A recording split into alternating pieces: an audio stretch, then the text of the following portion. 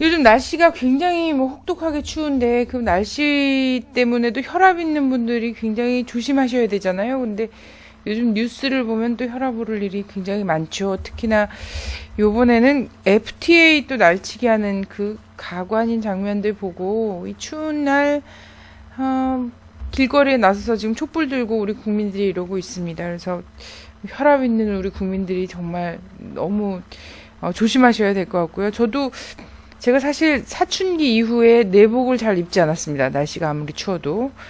옷맵시와 조금이라도 그래도 더 날씬해 보여야 된다는 이 과체중 어떻게든 커버해야 된다는 이런 생각 때문에 내복을 잘 입지 않았는데 MB 정부가 들어선 이후 겨울 좀 찬바람 좀 불기 시작하면 내복을 입어요. 저 오늘도 또 아래 위로 다 내복까지 껴입고 가뜩이나 옷들이 작은데 이렇게 내복까지 껴입고 다녀야지 되는 게 이 MB 정부 이후에 날씨가 추우나 더우나 거기에 대해서 만반의 준비를 갖춰갖고 다니지 않으면 안 된다. 매일매일 무슨 일이, 국민들이 언제 도로로 뛰어나가야 되는 일이 생길지 모르는 이런 상황이기 때문에, 특히 요즘은 서울 같은 경우에 시청에서 시청, 명동, 종로, 이렇게 계속 촛불 집회가 진행이 되고 있거든요. 얼마나 춥습니까? 추운 날씨 꼭 이런 일 벌려서 국민들 고생시키더라고요. 그래서 내복이 필수고, 또 한겨울 다른 마당에 우비 짊어지고 다니게 한단 말이죠.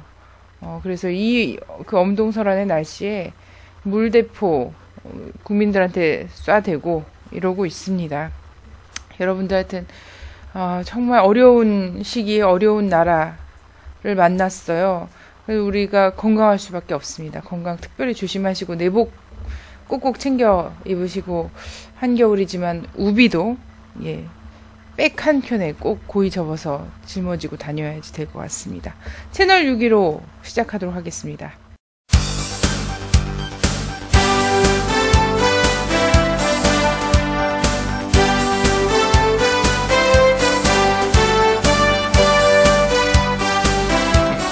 자, 한미 FTA가 결국 날치기로 통과가 됐습니다. 예, 네. 뭐 예상은 날치기를 할 거라고 예상은 했지만 이렇게 비공개로 유례도 없는 비공개로 기자들까지 다 출입을 제한하고 얼마나 자신들의 행위가 부끄러웠으면 그랬을까 싶은데 정말 이 침몰하는 타이타닉에 타보겠다고 아둥바둥하는 이 한나라당의 모습 참 씁쓸했고요. 제가 페이스북에서 재밌는 글을 봐가지고 우리 채널 6기로도 애청하시는 분으로 알고 있는데 매드닥터 OMD라는 아이디를 쓰시는 분인데 이런 글을 남겼더라고요. 딴 나라당의 입장에서 생각해 봅니다. 쥐박이의 명령을 충실히 따랐으니 충이요. 선대에 못다한 매국지를 했으니 효요. 친일파라 숙청당해야 마땅한 목숨을 살려준 미국에 대한 의입니다. FTA는 충, 효, 의를 모두 갖추었으니 참으로 옳은 결정입니다. 모두 갖추었으나 단 하나 빠진 게 있다면 FTA는 국민이 없습니다. 골수까지 친미와 매국 이런 길을 가는 사람들은 뿌듯할 겁니다. 아마 날치기 아니라 무슨 뭐 살인이라도 해서라도 FTA 협정문에 사인한 것을 갖다 바치고 싶은 심정인 거죠. 그렇죠. 네, 우리 국민들의 이 흘려야 될 피눈물. 김선동 의원, 김선동 의원 얘기를 하지 않을 수 없습니다. 제가 또 민주노동당인데요. 네. 너무 자랑스럽더라고요. 근데 또 한편으로 생각해보니까 저런 의원이 한 20명, 그렇죠. 한 20명만 있으면 사태가 여기까지 가지도 않을 것 같다. 막을 수도 있었죠. 네, 그런 생각이 많이 들었습니다. 한나라당 혼자서도 이렇게 통과시켜버릴 정도의 숫자를 가지고 있으니까. 네, 딸랑 5명, 6명 이렇게 있는 거죠. 제대로 국민 편에 서서 싸울 수 있는 의원이 5-6명밖에 안 된다는 거. 그 많은 국회의원 중에 참 가슴이 아픕니다. 내년 4월에는 좀 바뀌었으면 좋겠습니다. 그럼요. 한나라당과 지금의 진보정당 의석수가 바뀌어야 돼요. 그래야지 이 나라가 좀 살만해집니다. 그렇습니다. 자, 한미 FTA 날치기 통과가 22일 날 있었던 거죠. 네. 22일 날 있고 그 다음 날이 바로 연평도 포격 사건 또 1주기가 되는 날이었습니다. 그래서 군이 지금 요즘 계속 훈련하고 있어요. 호국 훈련 끝나자마자 또 막 이렇게 한미 합동훈련 또 했죠. 한미 합동훈련 끝나자마자 또 이거 뭐 연평도 이거 이런다고 또 계속 하고 있고요. 그리고 여기에 북도 제가 원문 자료실 방금 살펴본 바와 같이 연평도의 불바다가 청와대의 불바다가 역적패당 본거지를 송두리째 없애버리는 불바다로 타번지게 될 것이다. 이렇게 좀 대응을 해왔다는 거죠. 이게 서로 좀 의도된 게 아닌가 이런 의혹도 있습니다. 예, 그 청와대 불바다 기사가 인터넷 이제 뉴스에 올라가니까 댓글들을 제가 봤거든요. 네. 그 베스트 댓글들로 쭉 나온 게 대부분 그런 겁니다.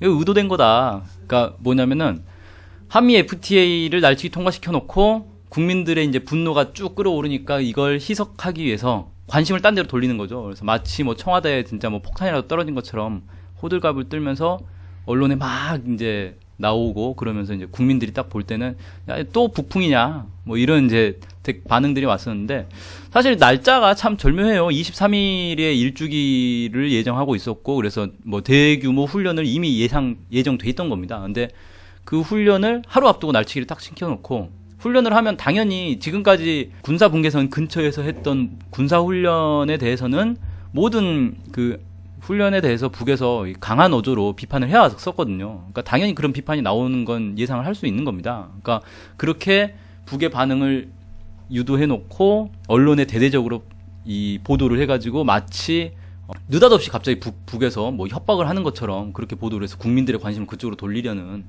그런 의도가 있다라는 이제 의혹을 쉽게 할 수 있는 거죠. 예, 그 뭐 이건 확인할 수 있는 방법은 없지만 그런 의도를 좀 짐작해 볼 수 있다 이렇게 말씀드리고 싶네요. 네, 워낙에는 24일 날 FTA를 처리할 거라고 많은 사람들이 예상을 하지 않았습니까? 원래 그쵸, 국회 일정이 네. 그렇게 잡혀 있었고요.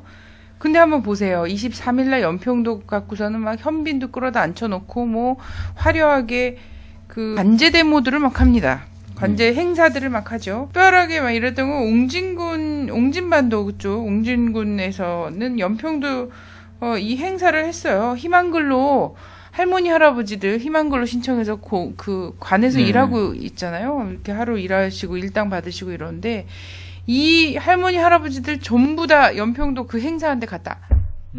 강제로 앉혀놓은 거죠. 그리고 오늘 일 안 해도 35,000원 주겠다. 야, 일당 주고 뭐 네. 시위에 동원한 거네요. 네, 나라가 이런 일을 한 거죠. 이런 것들을 하고 그거를 아침 8시부터 나와서 그날 얼마나 추웠어요. 이게 요즘 굉장히 춥잖아요. 예. 그나마도 이 바닷가에 예, 그죠. 근데 이 노인들을 8시부터 나오라고 해갖고 시작할 때까지 11시까지 추위에 벌벌 떨면서 기다렸다는 거예요. 희망글로 신청하신 분들이 다 뭐 독거노인이시거나 저소득 노인이시잖아요. 근데 이런 분들을 돈 준다고 하면서 희망글로인 것처럼 해서 다 동원을 한 거예요. 이거를 동원을 해서 이런 행사들을 했단 말이죠. 어쨌든 안간힘을 쓰면서 했어요. 23일 날. 근데 24일 날 날치기를 해보십시오. 날치기 하고 막 국회에서 막 충돌하고 국민들 분노하고 이 모든 적개심을 한나라당에 대한 적개심이 다 덮어버릴 수도 있다. 저는 이런 고민도 할 수 있다라고 생각하거든요. 그래서 연평도는 꼭 날치기 후에 배치돼야 된다. 저는 이런 생각도 하지 않았을까 이렇게 생각을 그러게, 합니다. 정상적으로라면 24일 날 사실은 날치기를 하는 게 모두가 예상했던 건데 그죠. 예. 기습 날치기를 한 거죠. 그렇습니다. 자, 그래서 요즘 연일 뭐 훈련이 되고 있다고 하고 주민들은 이런 식으로 동원이 되고 있고요. 아마 다친 사람들한테 보상도 아직 끝나지도 않았는데 자기들끼리 막 행사하고 난리 났다 이러면서 이 네. 주민들도 좀 불만이 있으세요. 네. 예. 이러고 연일 또 훈련이 계속되고 있고 하는데요. 실제 훈련. 이게 또 훈련이 여차하면 전쟁으로 퍼지는 거잖아요. 이 실제 훈련이 어느 정도 규모로 지금 진행되고 있는지요? 예, 일단 그 합동참모본부에서 밝힌 바에 따르면 23일 당일날 훈련은 그 서방사, 서북도서방위사령부와 육해공군이 합동으로 훈련을 진행했고요. 연평도와 백령도 일대에서 했다고 합니다. 그래서 이 북한의 포격을 가정을 해 연평도 포격 사건과 동일한 사건이 발생했을 때 이 대응을 어떻게 할 것이냐 이걸 이제 훈련한 건데 2단계로 나눠서 했다 그래요. 그래서 1단계는 북에서 포격을 한 걸 가정해서 그 포격 원점을 K9 자주포로 포격하는 그런 훈련을 했고 2단계로는 이 지원 세력과 후방 지휘소를 직접 타격하는 그러니까 쉽게 말해서 북에 이제 서해 쪽에 있는 지휘소들이 있을 거 아닙니까? 야전 지휘소 이런 데를 직접 이제 타격하는 훈련을 했는데 그건 이제 포로 한 게 아니라 전투기를 동원해서 했어요. 그래서 KF-16 전투기, 그다음에 F-15K 전투기 이런 이제 첨단 전투기들을 동원했고 여기에 특히 이제 그 장거리 공대지 정밀 유도탄인 뭐 슬램 ER이라고 하는 그런 미사일까지 이제 장착을 해가지고 정확히 명중시키는 그런 훈련을 했다고 합니다. 그러니까 이게 뭐냐면 작년에 한참 이제 포격 당하고 나서 국회에서 뭐 추궁이 있었죠. 아니 왜 비행기로 반격 안 했냐 그랬더니 알고 봤더니 비행기가 미사일을 싣고 뜨질 않아가지고 미사일도 없이 비행기가 날아갔다 그냥 빈손으로 돌아왔다 뭐 이런 게 밝혀지면서 좀 막 논란이 되니까 이번에는 우리 전투기 써서 진짜 공격할 수 있다라는 걸 이제 보여주겠다 그런 거죠. 그리고 나서 이제 다음으로 북한이 공기부양정을 이용해서 백령도를 기습 점령할 수 있다. 뭐 이런 걸 이제 또 가정을 해가지고 이걸 이제 코브라 공격 헬기, 그 다음에 구축함을 동원해가지고 이 공격하는 그런 이제 훈련을 했다고 합니다. 그래서 사실 이게 그 전쟁이라는 게 이런 거잖아요. 대포 한 발 날아가면 여기서 대포 2발 쏘고, 그럼 여기서 대포 4발 쏘고 이런 식으로 이제 점점 커지는 건데 북에서 포격을 한다는 걸 가정을 하고 북에 이제 지휘소까지 다 폭격을 해버리겠다. 뭐 이런 건데 이건 사실상 이제 그 국지전으로 가는 거거든요. 이 정도면 그냥 단순한 충돌이 아니라 국지전으로 가는 건데 이런 것들이 상당히 좀 이제 확전에 우려가 있는 그런 이제 것들을 한 거고 여기에 이제 뭐 정승조 합참의장 같은 경우는 군은 합동 전력으로 도발 원정과 지역 지원 세력까지 단호히 응징할 것이다. 뭐 이런 얘기를 했고 그 주한미군 사령관이죠. 제임스 서먼 그 신임 주한미군 사령관인데 이 뭐 우리의 강력한 의지를 북측에 전달해 다시는 도발하지 못하도록 해야 한다. 뭐 한국군의 강력한 대응을 적극 지원하겠다. 이런 이제 발언들을 하면서 덜 분위기를 고조시켰습니다. 네. 북의 반응을 원문자료실에서도 살펴봤었는데요. 어떻게 보세요? 예. 그 최고사령부 보도가 자주 나오는 건 아닙니다. 최근에 본 건 작년에 한 3차례 나왔었거든요. 언제 나왔었냐면 3월 달에 그 키리졸브 훈련할 때. 그때 최고사령부 보도를 통해 가지고 조선인민군 6회 공군 부대들은 일단 명령만 내리면 침략의 아성을 흔적도 없이 날려버릴 수 있도록 만단의 전투 동원 태세를 갖출 것. 뭐 이런 이제 보도가 있었고요. 그다음에 연평도 포격 당일에도 보도가 있었습니다. 그래서 앞으로도 우리 혁명 무력은 남조선 괴뢰들이 감히 우리 조국의 영해를 0.001mm라도 침범한다면 주저하지 않고 무자비한 군사적 대응 타격을 계속 가하게 될 것이다. 뭐 이렇게 얘기했고요.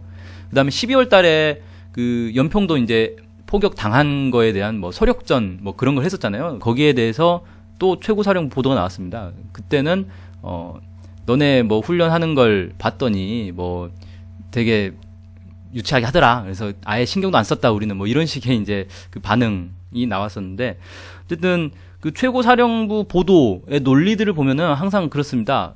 이 미군이나 한국군이 우리를 공격한다면 우리는 단호하게 응징하겠다. 강력히 보복하겠다. 뭐 이런 이제 논리거든요. 그래서 이런 이제 논리의 표현만 이제 조금씩 계속 바뀌는 겁니다. 그래서 이번에 뭐 청와대 불바다 라는 표현이라든지 뭐 결전 진입 이런 표현들이 나오기는 했는데 일단 충분히 예상할 수 있는 반응이었다. 이렇게 이제 최전방에서 대대적인 뭐 육해공군 합동 뭐 훈련을 그 일종의 이제 분쟁 수역이라고 할 수 있는데 여기서 이렇게 진행을 한 것에 대해서 북한은 뭐 북한 입장에서 당연히 이 정도의 반응은 보일 것으로 이렇게 예상은 됐던 거다. 이렇게 볼 수 있죠. 청와대 불바다 하게 만들겠다 뭐 이러면서 이렇게 막 글씨는 자막으로 나오고 이렇게 뉴스에서 막 얘기를 했단 말이죠. 예.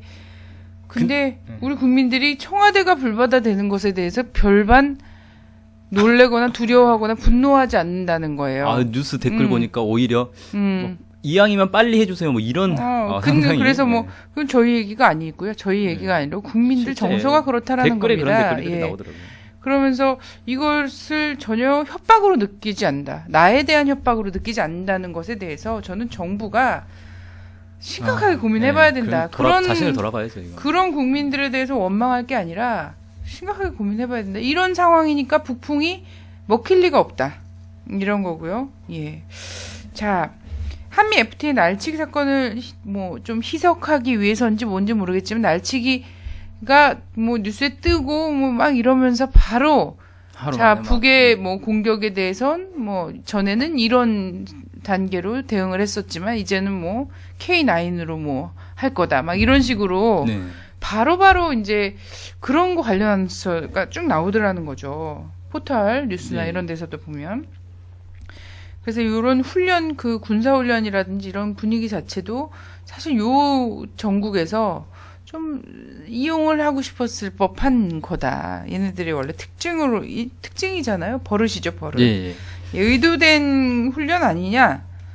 그렇죠. 그렇게 해도 그리고 생각이 이제 되는데, 그 예. 단순히 FTA용의 훈련이었다라고만 봐서 네. 보고 넘어갈 것도 아니고요. 지금 사실 그 북미 사이에서 상당히 좋은 이 대화 분위기들은 있거든요. 지금 네. 뭐 미국의 그 적십자사를 통해서 그 이산가족 상봉도 뭐 합의가 되고 있고 뭐 고위급 회담도 계속 되고 있고 기타 여러 가지 이제 뭐 유해 발굴 사업도 합의가 되고 있고 분위기는 좋아요. 그러니까 한쪽에선 계속 대화가 진행되고 있는데 한쪽에선 여전히 이번 훈련도 사실 이제 한국군이 했다고는 하지만 주한미군 사령관도 거기에 함께 했었고 당연히 미군과 조율한 상황에서 했겠죠. 뭐 어쨌든 미국도 여전히 이 어떤 군사적 압박 이런 것들을 포기하지 않고 있다는 겁니다. 그래서 미국이나 한국이 과연 북한에 대해서 뭐 육자회담을 하려면 사전 조치를 하라느니 뭐 진정성을 가지고 대화를 하라는 이런 얘기를 하는데 자신들은 과연 진정성을 보이고 있는가?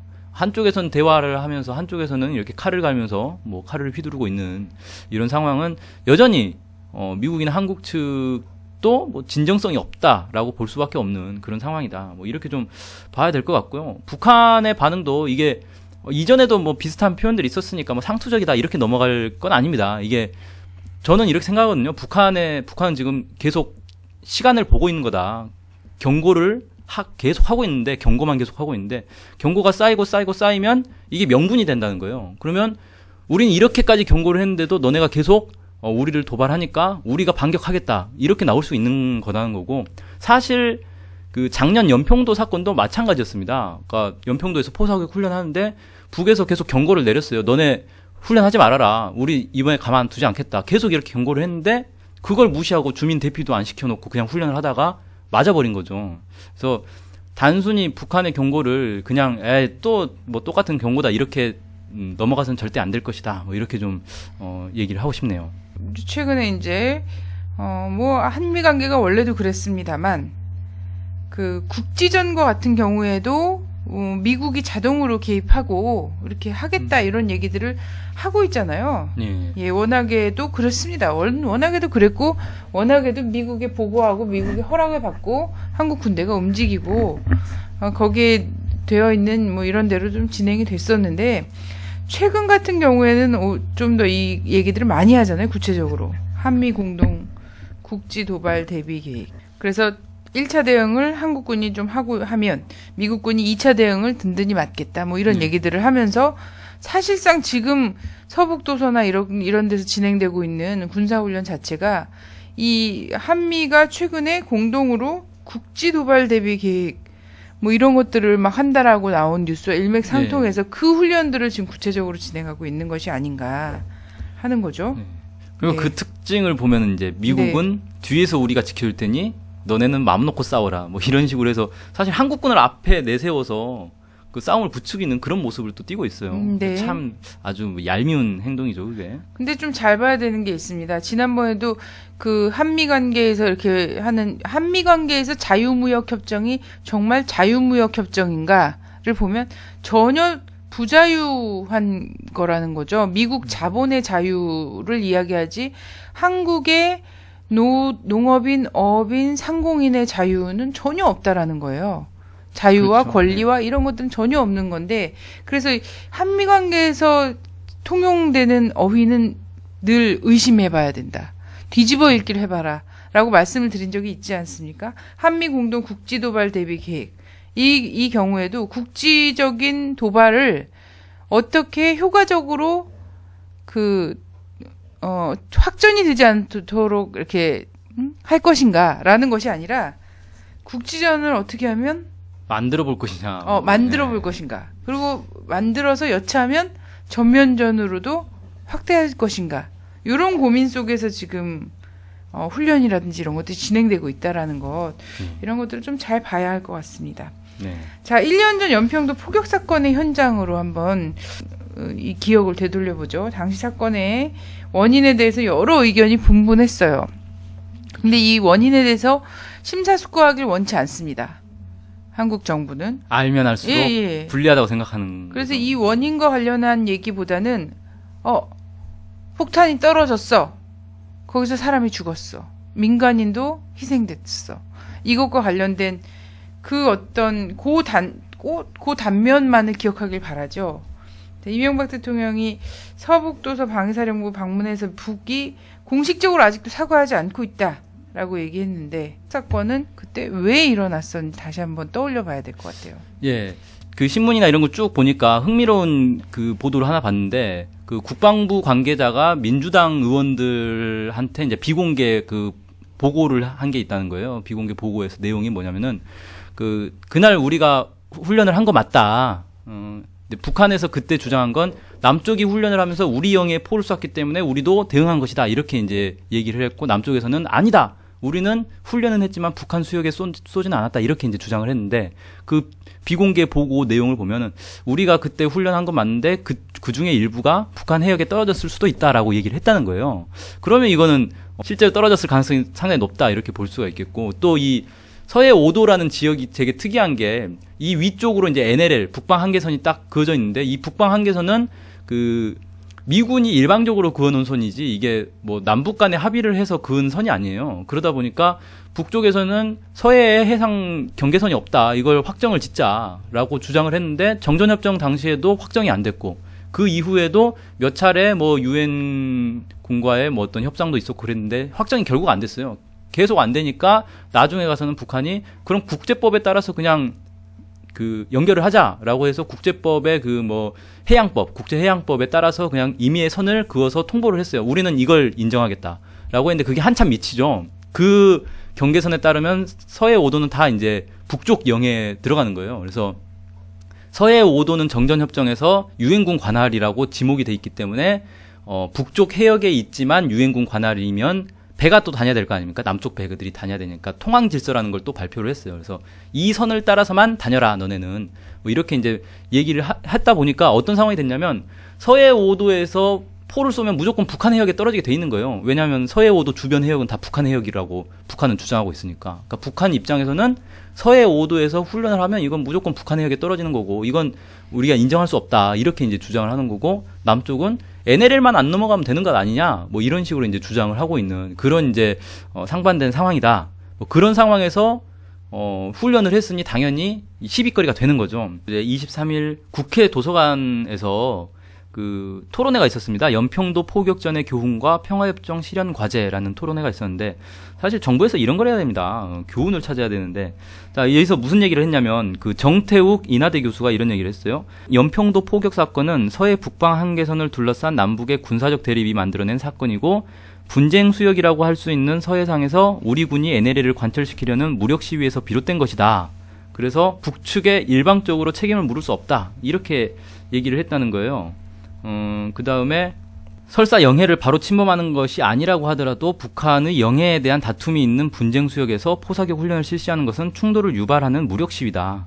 그래서 군사적 적대 행위를 금지하고 있는 정전협정 위반이라는 거죠. 그래서 결국은 이걸 무슨 국제형사재판소나 뭐 이런 데로 제소를 해도 우리가 이기기보다 오히려 질 수가 있다. 오히려 NLL 자체가 불법으로 인정될 수가 있다. 그래서 우리에게 불리하다. 이런 식으로 이제 얘기를 했다는 건데, 그래서 결국은 군사분계선 주변, 특히 이제 서해처럼 군사분계선이 확정되지 않은 이런 곳에서의 군사행동은 아주 조심해야 된다. 조심하지 않으면 언제든지 상대를 자극해서 이 국지전으로 확전될 수 있기 때문에, 실제로 서해에서 뭐 여러 번 그런 충돌들이 있지 않았습니까? 그래서 조심해야 되는데, 이걸 여기서 무리하게 장거리 포사격 훈련을 하면서 북한을 당연히 자극받을 걸 알면서도 훈련을 이렇게 강행한 이 한미 훈련 당시의 그 훈련이 중요한 원인 중에 하나였다라고밖에 얘기할 수 없는 거죠. 자, 작년에 이렇게 연평도까지 포탄이 나르고 남북 사이에 이렇게 된 상황에서 이후에 뭐 또 다시 비슷한 사건이 벌어진다면 전 당연히 또 작년 수준보다는 더 나갈 수밖에 없는 거다. 갈수록 이제 커지는 거죠. 그죠. 여기서 지금 대화를 위한 어떤 북미 간의 접촉이나 이런 것들이 있었어요. 예, 있죠, 지금도. 지금도 있는 상태예요. 근데 이 전쟁 위기가 이렇게 더 격화된다거나 막 이렇게 됐을 경우에는 이 대화를 위한 노력들을 다 뒤집어 엎는 것과 동시에 이번에는 진짜 전쟁으로 갈 가능성이 너무나 높은 상황이다. 라는 것을 이미 육지까지 포탄이 나른 상태에서 그것을 각오하지 않고는 지금 함부로 뭐 군사적 도발이라든지 이런 걸 할 수가 없다. 해서는 안 된다라는 거거든요. 네. 서해 5도에서 군사훈련 하는 한 사실상 남과 북이 주장하는 서해 분계선 문제 때문에 서로 엇갈리는 문제 때문에 이게 불똥이 엄청 튈 수밖에 없거든요. 이 군사훈련 하는 한 어기지 않을 수 없는 것이 서로가 주장하는 분계선이라는 겁니다. 네. 자, 결국은 북방한계선 문제, NLL 문제, 그죠? 북쪽 입장에서 보면 SLL 문제죠. 아, 예. 네네, 남방한계선, 북방한계선. 북쪽에서 여기서 더 이상 북으로 가지 말라는 한계선이니까 우리 보고 넘지 말라는 선이잖아요. 네, 그렇죠. 예, 남쪽 사람들은 여기를 더 이상 올라가지 말았으면 좋겠다라는 한국과 유엔군 쪽의 일종의 암약이죠. 네. 예. 자기들끼리 내부의 어떤 경계선이라고 할 수 있는데. 그죠. 예. 이 문제가 이제 계속 풀리지 않는 이유 중에 하나는 남쪽에서 이걸 이 NLL 문제를 거론하는 것 자체를 금기시한다는 거예요. 제가 2007년도였던가 그 TV 토론을 한번 나간 적이 있었는데 그때 한 그 보수 쪽 뭐 국방연구소인가 이쪽에서 나온 교수가 그러더라고요. NLL 문제는 거론하는 사람 자체를 처벌해야 된다 이렇게 얘기를 하더라고요. 너무 어이가 없었는데, 그러니까 자신들이 자신감이 있으면 그걸 왜 거론하는 것 자체를 처벌하겠습니까? 근데 아니 토론하면 네, 토론을 대화하면 되죠. 네. 대화하면 되지. 거론만 해도 어디 갖다 집어쳐넣으라는 그 발상 자체가 이미 논리가 없는 거죠. 깝깝한데. 네. 그 이제 서해에서 충돌이 일어났을 때마다 이게 이제 국내에서 논란이 되는데 실제로는 그 지금 이제 타계하신 리영희 교수께서도 NLL 문제와 관련된 논문을 몇 번 쓰셨어요. 근데 그때도 경찰이 그걸 뭐 국가보안법 위반으로 뭐 처벌하겠다느니 뭐 하면서 조사를 막 하고 그랬었거든요. 그러니까 이거 남쪽에서는 아예 이제 자유롭게 토론할 수 없는 그런 이제 입장이긴 한데 실제로 NLL을 들여다보면 말씀 아까 하셨듯이 북방 한계선이란 말이에요. 그래서 그때 이제 정전협정 체결 당시에 이승만 대통령은 정전협정을 반대하지 않았습니까? 북진통일해야 된다. 무조건 북진통일이다. 이렇게 이제 주장을 하니까 유엔군 입장에서는 이게 골치 아픈 거죠. 그래서 이승만이 단독으로 북한으로 진격할까봐 그걸 못하게 하려고 북방 한계선이라는 걸 그은 거예요. 그래서 이 위로는 너네 넘어가지 마라. 한국군 너네 말 안 듣고 그러는데 넘어가지 마라. 이렇게 이제 정해놓은 겁니다. 그러니까 미군이 한국군을 대상으로 일방적으로 그어놓은 선이다. 북한을 대상으로 그은 선이 아니라는 거예요. 그렇게 그어놓고 정전협정이 체결됐는데 정전협정에서는 이게 깔끔하게 정리가 안 됐죠. 서해는 경계선을 어떻게 한다라는 게 없어요. 한강 하구까지는 공동으로 사용한다라고 하고 서해는 서해 서해 도서 5개 선만 유엔군 관할로 한다 이렇게만 돼 있고 영해를 어떻게 하겠다라는 얘기가 없어버린 거죠. 그렇게 되니까 여기가 이제 그냥 항시적인 분쟁 수역이 돼버린 겁니다. 그러고 나서 이제 아까 이제 말씀드린 것처럼 북쪽에서는 이거 영해를 빨리 확정 짓자라고 했는데 계속 협상이 안 됐고 그러다가 남북 기본 합의서에서 이 부분이 이제 언급은 됐는데 어떻게 했냐면 추가 협의를 통해서 서해의 영해선을 확정을 짓자, 군사 분계선을 확정을 짓자. 다만 그때까지는 서로의 관할했던 곳을 계속 관할하는 걸로 하자라고 했는데 이게 또 이제 말썽이 되는 게 그동안 누가 어디를 관할했느냐가 주장이 또 달라버리는 거죠. 근데 이 NLL 자체가 사실 합법성이 없다는 건 이미 김영삼 정부 때도 이제 드러났는데 김영삼 정부 시절에 그때 이제 국회 청문회 당시에 그 국방부 장관인가가 나와가지고 그 얘기를 했어요. 그 의원이 질문을 했는데 북한 배가 NLL을 내려오면 정전협정 위반이냐 그랬더니 정전협정 위반 아니다. 우리는 NLL 남쪽으로 내려온 북한 배에 대해서 뭐 아무런 처벌할 근거가 없다. 이렇게 국방부 장관이 그때 얘기를 했었거든요. 근데 김영삼 정부 시절에는 그렇게 얘기해놓고 막상 이제 김대중 정부 시절에 서해에서 이제 충돌이 나니까 NLL을 마치 우리가 그동안에 계속 관할을 해왔고 북한이 이번에 처음으로 마치 도발을 한 것처럼 그렇게 이제 표현을 했는데 사실은 그 전부터 북한 배가 수시로 NLL 넘나들었다는 거예요. 뭐 그런 이제 상황에서 결국은 이 NLL 문제를 풀지를 못하고 지금까지 왔고 이건 사실상의 이제 분쟁 수역이 돼버렸죠. 수차례 교전이 있었기 때문에 이건 분쟁 수역이다라고 밖에 볼 수 없고 아까 이제 말씀드린 것처럼 실제 국제법으로 넘어가도 북한이 주장하는 선은 국제해양법에 근거한 거고 남쪽에서 주장하는 NLL은 뭐 국제법적으로는 근거는 전혀 없는 거니까 실제 국제 뭐 사법재판소 이런 데 가면 우리가 불리하다 오히려 뭐 그런 상황을 좀 잘 알아야 될 것 같습니다. 서해 문제는 아주 오래된 문제입니다. 오래되고 고질적인 문제죠. 남북 대화가 있는 순간에도 서해에서는 교전의 위기 혹은 교전 이런 것들이 있어 왔죠. 그렇죠. 뭐 그 과정에서 뭐 6.15 공동선언도 나오고 14선언도 나오고 이랬었는데 이 문제를 해결하려면 역시 또 언급하지 않을 수 없는데요. 네. 이 14선언에 구체적으로 아예 해결법이 제시가 됐습니다. 왜냐면 그 전에 이제 계속 이런 이제 충돌질이 있으니까 이걸 막아야 된다라고 해서 얘기된 게 서해에 평화지대를 설치를 하자. 그래서 사실상의 분쟁 지역이 돼버린 이 지역을 남북이 공동 관리하는 걸로. 그래서 고기잡이도 같이 하고, 그다음에 이 경비도 같이 서서 뭐 중국 어선들이 함부로 들어오지 못하게 같이 공동 경비도 하고 이렇게 해서 공동 관리하면 여기서 말썽이 사라진다. 이렇게 이제 합의를 했습니다. 근데 안타깝게도 이제 14선언이 합의되고 바로 이제 정권 교체가 되면서 14선언이 인정이 안 되고 이행이 전혀 안 돼버린 거죠. 그래서 뭐 서해 평화협력 특별지대 이런 것만 만들었으면 사실 뭐 군사적인 문제도 그렇지만 경제적으로도 상당한 효과를 볼 수 있었거든요. 왜냐하면 그쪽 이제 개성에서 나오는 물품들 뭐 이런 것들이 배로 실어 나를 수도 있는 거고 뭐 여러 가지 좋은 조건들이 갖춰졌음에도 불구하고 결국 14선언이 지켜지지 않으면서 이런 해결책이 물 건너 가버렸다. 그래서 이 연평도 문제도 그렇고 서해 문제를 해결하기 위해서는 일단 14선언을 이행해야 된다는 겁니다. 그래서 14선언에 있는 서해 이 평화 특별지대 이거를 반드시 이행을 해야 되는 거고 더 궁극적으로는 이런 군사적 충돌이 있을 수밖에 없는 이유는 군사적으로 대결을 하고 있기 때문입니다. 그래서 지금의 이제 정전협정을 빨리 평화협정으로 전환을 해야 이 평화체제가 구축이 되어야지 군사적 충돌을 막을 수가 있는 거고 더 나아가서는 남북이 통일을 하지 않고서는 언제든지 다시 이렇게 대치 상태가 될 수 있기 때문에 통일을 하는 게 가장 궁극적인 해법은 아니겠는가 뭐 이렇게 좀 얘기를 해볼 수 있겠네요. 네. 14선언만 지켜졌다면 사실상 서북도서 방위사령부가 아니라 민족 남북 공동 방위사령부?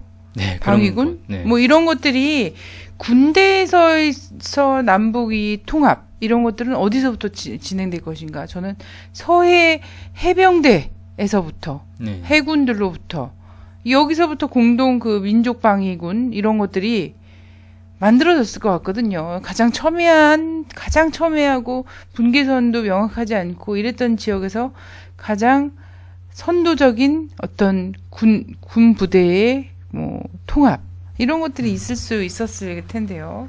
남북의 어부들을 보호하면서 이런 것들이 지금 진행되고 있지 못한 것.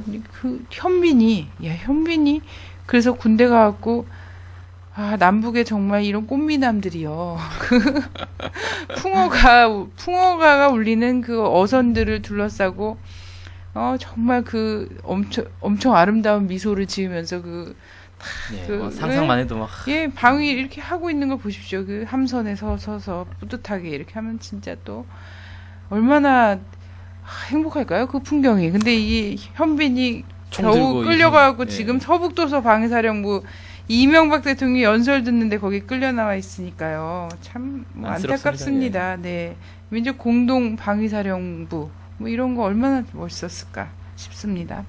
네. 예, 감사합니다. 네, 감사합니다.